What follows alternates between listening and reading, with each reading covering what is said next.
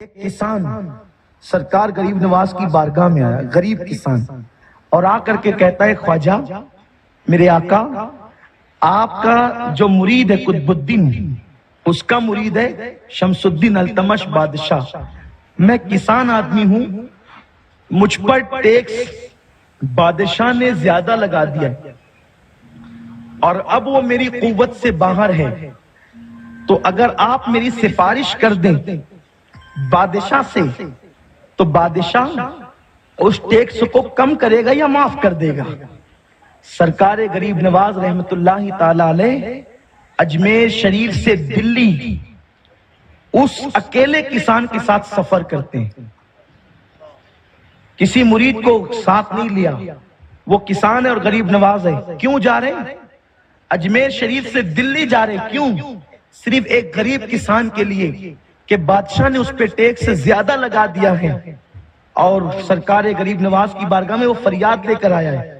جب دلی پہنچے تو پورا شہر، بابا قطب، شمس الدین، سب مل کر غریب نواز کے استقبال کے لیے آئے۔ سرکار قطب الدین نے عرض کی حضور آپ اطلاع تو کرتے آنے سے پہلے، اچانک تشریف لائے، اگر ہمیں قبل از وقت خبر نہ ہوتی تو ہم آپ کے استقبال کے لیے بھی نہیں آ پاتے۔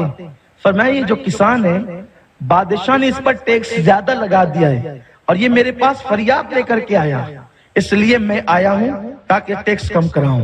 سرکار قطب الدین نے کہا اللہ اکبر، حضور آپ ایک خط لکھ دیتے تو یہ ٹیکس معاف ہو جاتا، ارے خط لکھ دیتے تو کئی گاؤں اس کو وقف کر دیے جاتے، کیونکہ شمس الدین کیا میرے آگے جاتا اور آپ کے خط کی وہ بے ادبی کرتا؟ آپ ایک خط لکھ دیتے تو بھی کام ہو جاتا، یہاں تک آنے کی ضرورت کیا تھی؟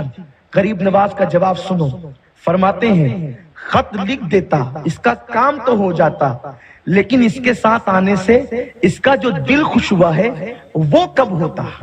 اس کے ساتھ چلنے سے اس کے دل کو جو خوشی ملی وہ کب میسر آتی؟ اور سنو، اللہ راضی نہیں ہوتا مگر صرف اس وقت جب کسی بندے کا دل خوش کیا جائے۔ اگر اللہ کو خوش کرنا ہے تو اس کے بندوں کو خوش کرو، اللہ خوش ہو جائے گا۔ غریب نواز فرماتے ہیں میں نے سفر میں ایک ولی سے ملاقات کی، اس نے کہا معین الدین اگر اللہ والا بننا ہے تو پہلے اللہ کے بندوں کی خدمت کر، جب تو اللہ والا بنے گا۔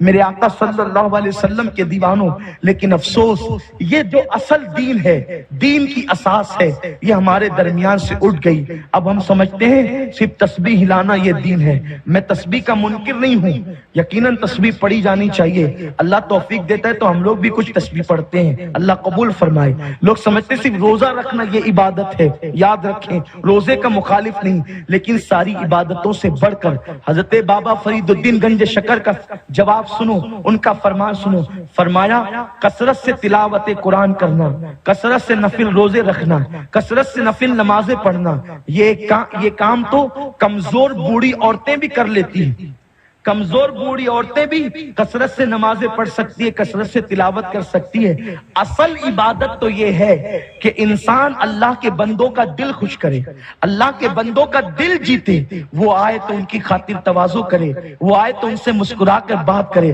وَقُولُوا قَوْلًا سَدِيدًا، لوگوں سے سیدھی سیدھی اچھی بات کرو، لوگوں یہی دین ہے، اور سرکار غریب نواز نے اسی ذریعے سے لوگوں کا دل فتح کیا۔